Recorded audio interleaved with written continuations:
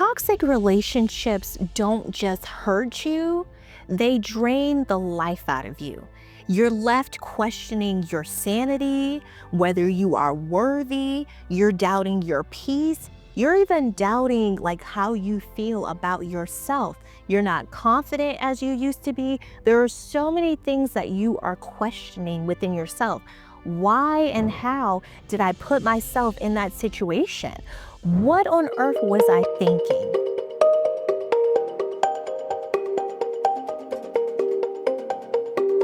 Listen to me. Dismiss that thought because, yeah, that toxic relationship may have broken you, but that is not the end of your life and that is not the end of your story. We're going to go through ways to heal from your toxic relationship. Do yourself a favor. Stop pretending that you're fine. Let's go ahead and admit that, yes, I made a mistake. Yes, I'm feeling broken right now. Understanding that it's not the end. Understanding that you are not alone, that you are not forgotten. And listen, you're not the only one that has gone through a situation like this. Yes, there may have been some tells, and yes, you may have ignored those red flags, but that doesn't mean you can't come back from this setback. That doesn't mean you cannot be restored from this brokenness that you feel. God has not abandoned you, and your healing is soon to come. I want to encourage you to use those tools that you may feel like are not necessary, or maybe you feel like they make you weak. Listen to me. I have used these tools. I have journaled. I have gone to therapy, and ultimately, what truly helped me is that I prayed. I started trusting and believing in God.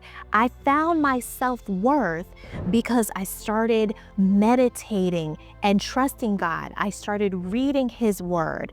I started actually putting in the time to pour back into myself, because one of the biggest things that I realized in my toxic relationship was that I put so much into the person that I was dating and was married to. I was not pouring into myself.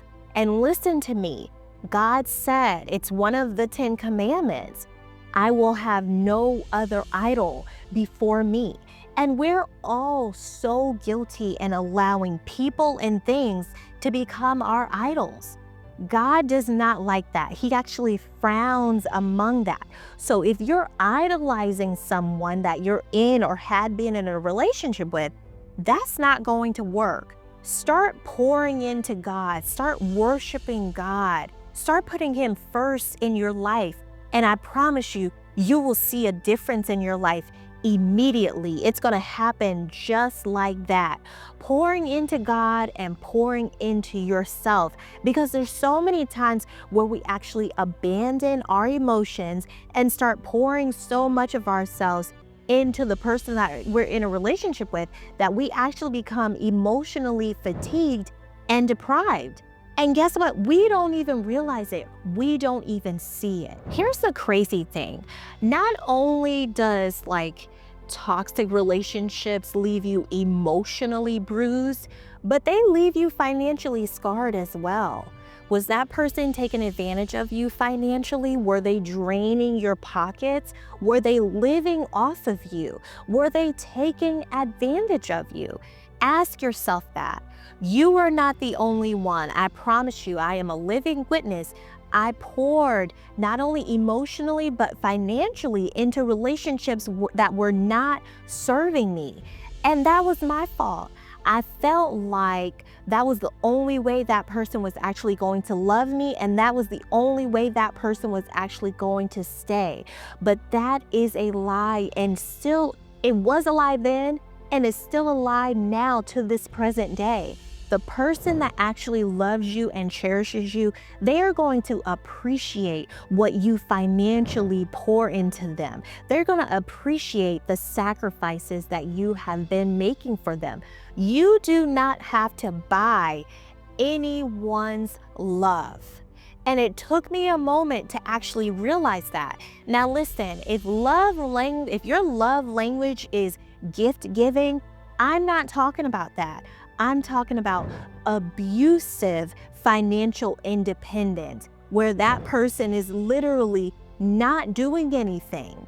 And you're the one that's working, you're the one paying all the bills, you're the one that's making all of these financial sacrifices, and that person is sitting there just taking and not pouring back into you. That is a problem. And I want you to understand it and realize it right now. You are not supposed to be in that kind of relationship. I'm not saying it's like 50-50 or anything like that, but there should be a balance between the two. You should not feel like you are being abused. And I want to encourage you right now that you do not have to stay broke, and you certainly do not have to stay broken. Now, Jeremiah 29:11, it tells you that God has a plan for you. Plans for peace and for joy. Let this sit as a reminder right now that your worthiness is not tied to their presence or their love. You are already worthy.